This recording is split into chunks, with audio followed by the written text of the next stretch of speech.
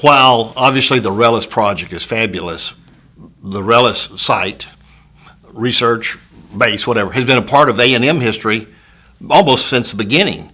It's opened in the 43 period for World War II, but very quickly after the end of the war in late 45, they began to draw down the bases. They kept a contingent there. All the facilities are there, and all of a sudden, tens of thousands of GIs and soldiers show back home. Well, no place is more packed than Texas A&M.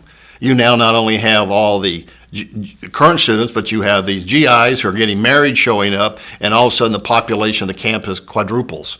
Well, they make a decision that they would send the freshmen out to Bryan Air Force Base to occupy barracks that were there. And the barracks were there. A&M did not own the property. It was owned by the United States government. I'm assuming they rented it. I never have able to figure that out for sure. So the entire Fish class of 51 is moved out there in 1946.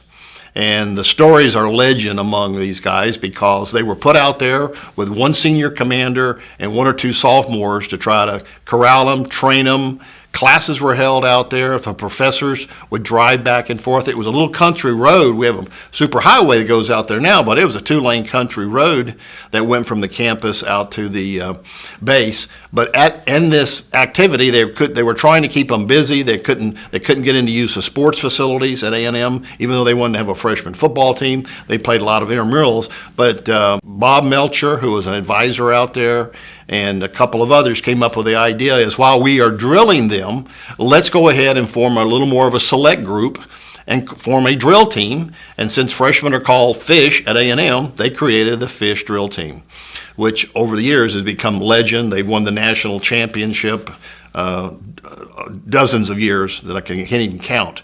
But it begins right there with an initial group of guys who then very quickly, I think they were able to compete against someone. I don't know who it is, but that legacy foots back to the Fish out there.